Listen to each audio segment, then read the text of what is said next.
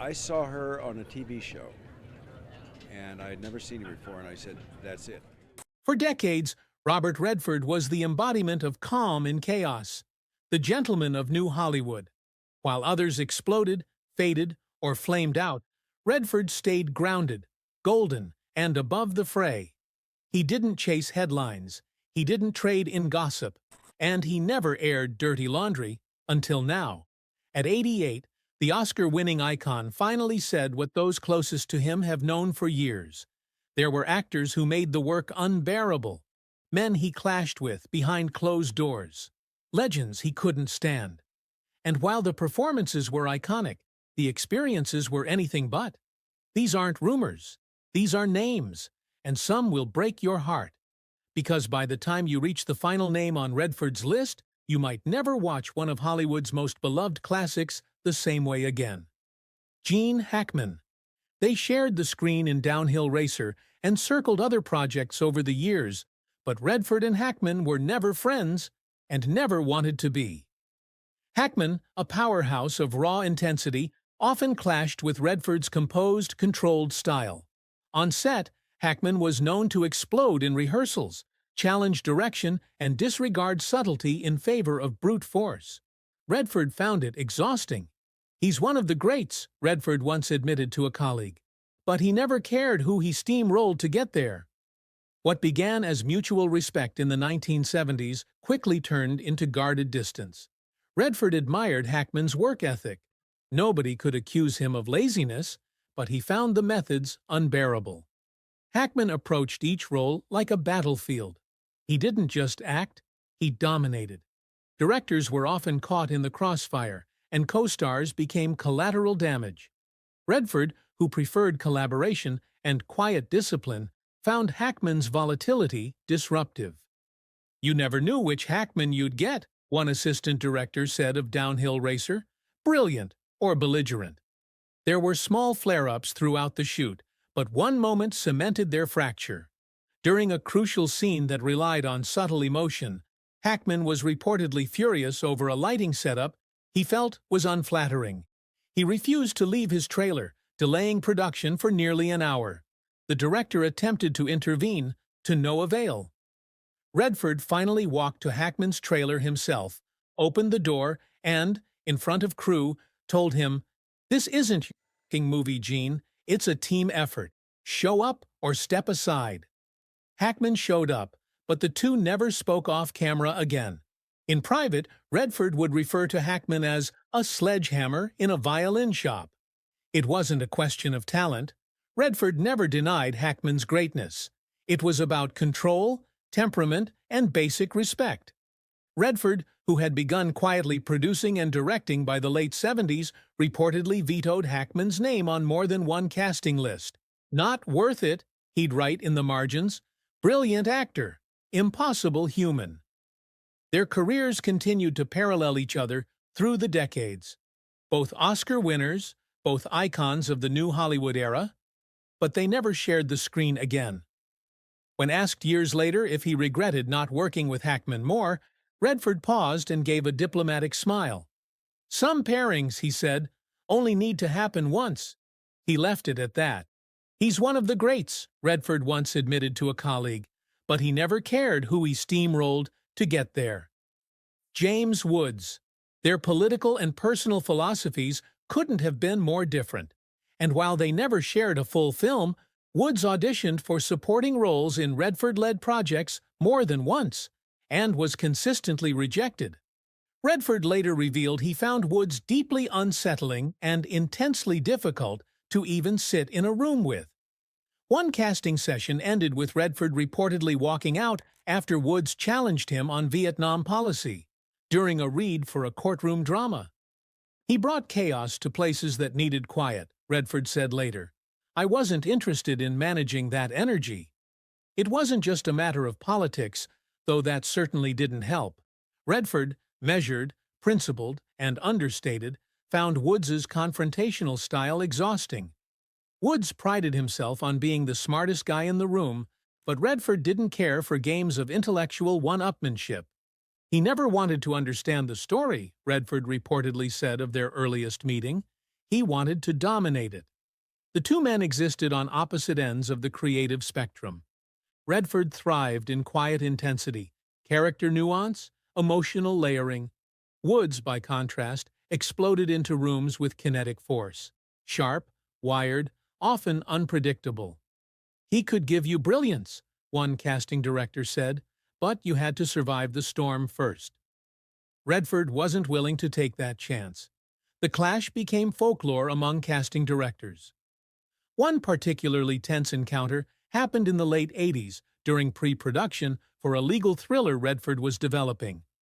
Woods came in for a supporting role and launched into the scene with razor-sharp precision, only to break character halfway through to debate a line's political implication. What began as an acting exercise quickly devolved into a lecture on Cold War foreign policy. Redford listened for less than 2 minutes before closing the script and leaving the room. "If I wanted a debate," he said afterward, "I'd go back to college." Even years later, Woods continued to needle Redford in interviews and private industry panels. While never naming him directly, Woods would occasionally reference Hollywood hypocrites who preach peace but run studios like generals. Insiders who knew the history saw through the coded language. Redford, for his part, refused to respond publicly. But the blacklisting was silent and absolute. His casting notes reportedly included a single blunt phrase next to Woods's name: "Never, ever." Woods's undeniable talent made him a favorite for edgy, unpredictable roles, but Redford wanted none of it. "There's a difference between tension and toxicity," he once said. He never understood that line. The opportunities evaporated. The phone never rang again. And even as Woods's career shifted more toward controversy than craft, Redford stayed silent, except for the occasional sharp comment in private rooms. "He brought chaos to places that needed quiet," Redford said later. "I wasn't interested in managing that energy." Dustin Hoffman. All the President's Men may have immortalized them as one of cinema's most iconic duos, but Redford was always quietly frustrated by Hoffman's approach. Hoffman improvised frequently, challenged scripts, and had a habit of changing blocking mid-scene. Redford, a director's actor with laser focus, hated the unpredictability. He felt Hoffman tried to dominate the camera with little regard for collaboration. They were never openly hostile, but when asked why they never worked together again, Redford simply said, "Once was enough." From the outside, it was magic. Two of the biggest stars of the 1970s portraying real-life journalists unraveling the biggest political scandal in American history. But behind the scenes, it was a slow, grinding clash of two very different artistic philosophies. Redford came to set prepared, meticulous, and dialed in. Hoffman preferred spontaneity, sometimes altering his delivery on the fly, throwing off rhythm and energy that Redford had spent hours shaping. Crew members described the atmosphere as quietly tense. Not explosive, not dramatic, just uneasy. Hoffman would rehearse a scene one way and shoot it another. He would subtly reposition himself during takes to shift the visual focus, often stepping into Redford's light. At first, Redford tried to shrug it off as part of the creative process, but as production wore on, the interruptions began to wear him down. There was one scene, a phone call sequence in the newsroom, where Hoffman reportedly did 7 takes, each with a different tone, pacing, and set of unscripted lines.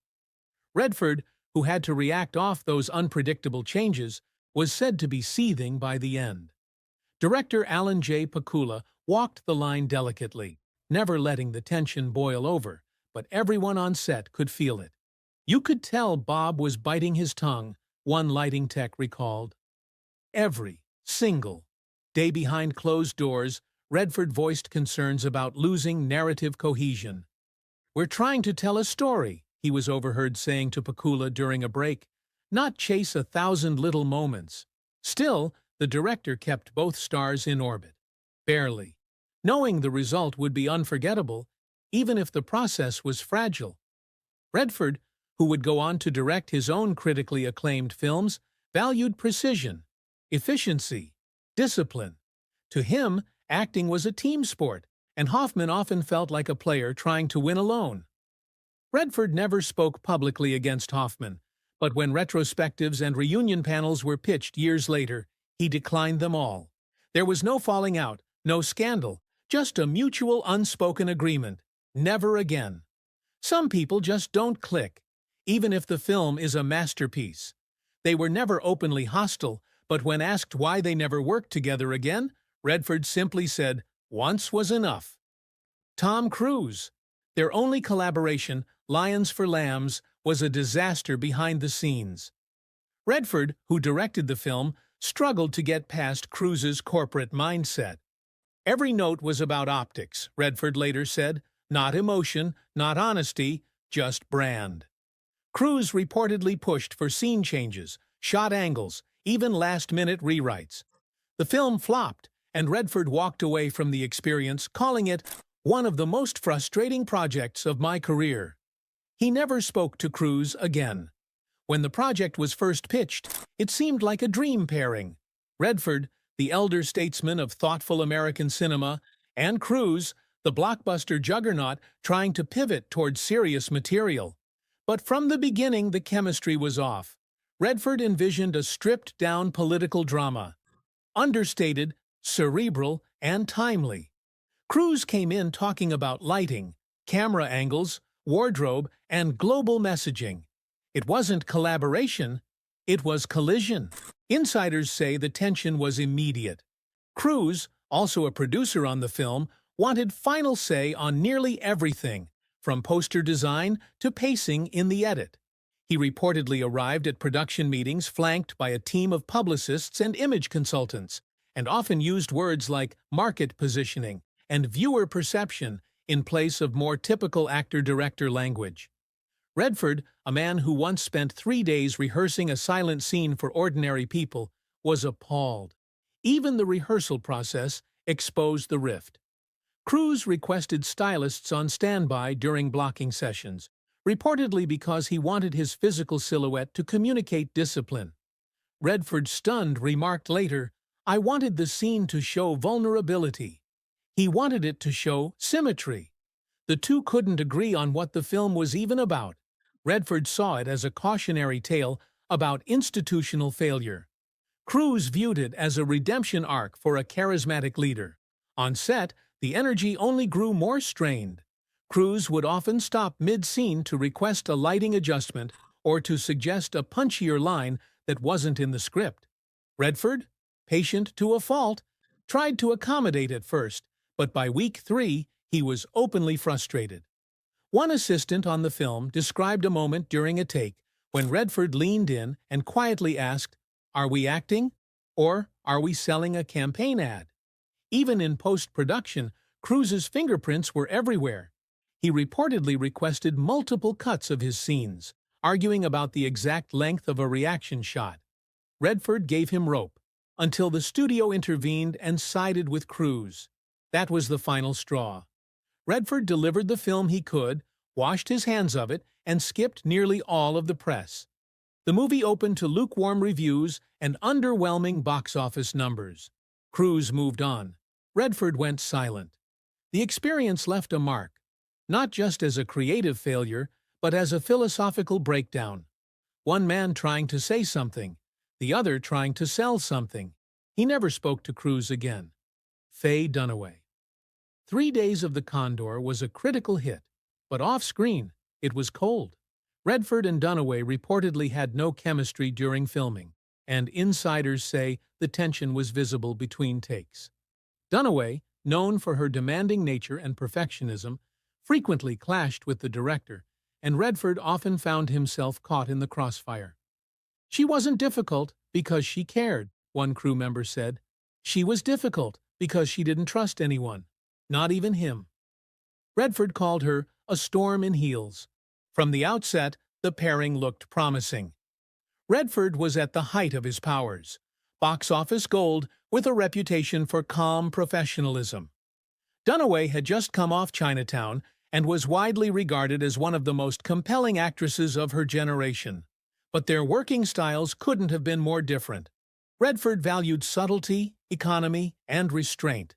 Dunaway arrived on set each day like she was preparing for war, fiercely protective of her process and unafraid to challenge anyone, including the director or her co-star. She would frequently ask to review dailies, request rewrites of lines the night before filming, and was known to demand changes to lighting setups that had already been approved. Redford, who believed in trusting the team and preserving momentum, began to see the production as less of a creative space and more of a daily negotiation. According to one script supervisor, Redford once said during a break, "We're here to find truth, not micromanage every syllable into submission." Their scenes together were tight, moody, charged, but that tension wasn't acting. It was barely contained frustration. Dunaway would ask for multiple takes of a single line, adjusting the inflection down to the syllable. Redford, who preferred to trust instinct and move forward, grew increasingly irritated. He once reportedly muttered, "We're not building a watch here," as she requested a fourth reset during a relatively minor scene. One day, the tension bubbled over during a closed-door meeting with director Sidney Pollack. Dunaway had questioned the emotional logic of her character in a key scene. Redford, sitting silently at first, finally snapped, "It's espionage, Faye, not Chekhov." The room went quiet. She walked out.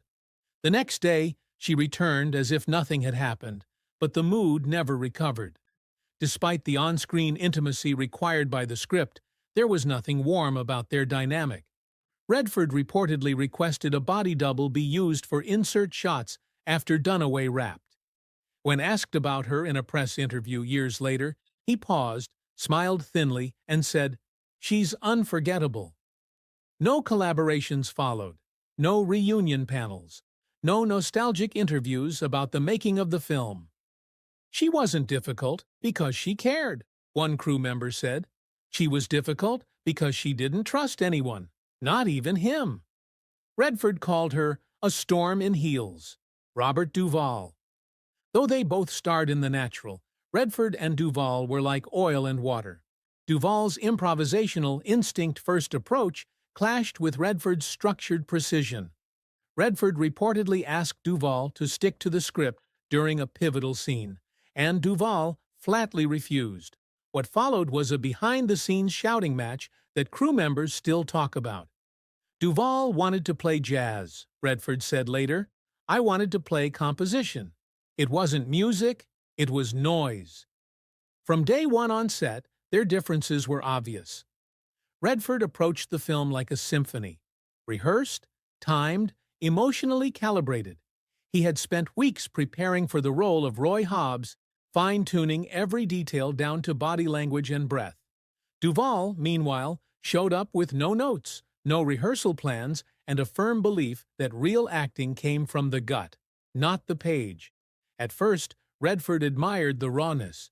Duvall's portrayal of cynical sportswriter Max Mercy was electric, unpredictable, and deeply lived in. But as the shoot wore on, that same unpredictability became a liability. Duvall would rewrite lines in the makeup chair, shift the rhythm of a scene without warning, or deliver a completely different emotional tone from take to take. Redford, known for his patience, began to lose it. Their differences weren't just stylistic, they were personal. Redford was quiet, measured, deliberate. Duvall was explosive, volatile, almost gleefully chaotic. On the set of The Natural, that contrast created an undercurrent of friction that never quite boiled over, but never cooled either. "They were both brilliant," said one crew member, "but they weren't making the same movie." The breaking point came during a crucial confrontation scene. Redford wanted to hit a specific emotional beat, one that tied directly into a larger arc he and director Barry Levinson had carefully constructed. Duvall, uninterested in any arc that wasn't his own, kept undercutting the tension with sarcastic ad-libs. Redford stopped the take, turned to Duvall and said, "It's not your movie." Duvall fired back, "It's not anyone's until it's real." They argued for 15 minutes while the cameras rolled in silence. Crew members backed away. One sound technician later said, It was like watching a campfire turn into a forest fire. Levinson eventually stepped in to mediate, and the scene was completed. Barely. After the shoot, Redford was asked about working with Duvall. His response was clipped. "He's brilliant, but I don't need to go through that again." Duvall never responded publicly, but the two were never in the same room again, even during press tours. There's a reason no second collaboration ever materialized, not because of lack of opportunity, but because neither man had forgotten the flameout. Duvall wanted to play jazz, Redford said later. "I wanted to play composition. It wasn't music, it was noise." Paul Newman. It's the name no one expected. The man most associated with Redford, the partner in Butch Cassidy and the Sundance Kid and The Sting, the other half of the myth. But according to Redford, the relationship wasn't what it seemed. "He was charming," Redford said, "but he always kept a distance. And sometimes he played dumb to get away with more than he should have." There was no dramatic feud, just the slow erosion of trust. When Newman began taking more producer control on The Sting, Redford felt the shift. "He stopped being my co-star and started being my competition," he once confided. The friendship never fully broke, but it faded into polite distance. From the outside, they were lightning in a bottle. The perfect contrast. Newman was all cool blue charisma and effortless magnetism. Redford, the quiet storm, thoughtful and composed. Together, they changed what a movie star could be. Funny, self-aware, dangerously charming. But beneath the surface, Redford always sensed something guarded in Newman, a wall he could never quite scale. Their dynamic on Butch Cassidy was warm, easy, built on laughs and long days in the desert. But by the time they reunited for The Sting, something had shifted. Newman had more clout. He arrived to meetings flanked by studio execs, often with notes on scripts, casting, even camera placement. Redford, still more interested in the art than the politics, felt himself pushed to the sidelines. "It stopped being two guys making a movie," one crew member later said. "It became a chess match between stars." Redford kept his frustration mostly private, but those close to him saw the toll. He admired Newman deeply, but he also resented the way the public treated Newman as the soul of their partnership. In interviews, journalists would direct questions to Newman first. Headlines would lean on Newman's name. "Paul was the face," Redford once said, "and I was the footnote." The years that followed brought cordial interactions, tributes, the occasional shared appearance. But they never made another film together. Offers came, scripts were floated, but nothing ever landed.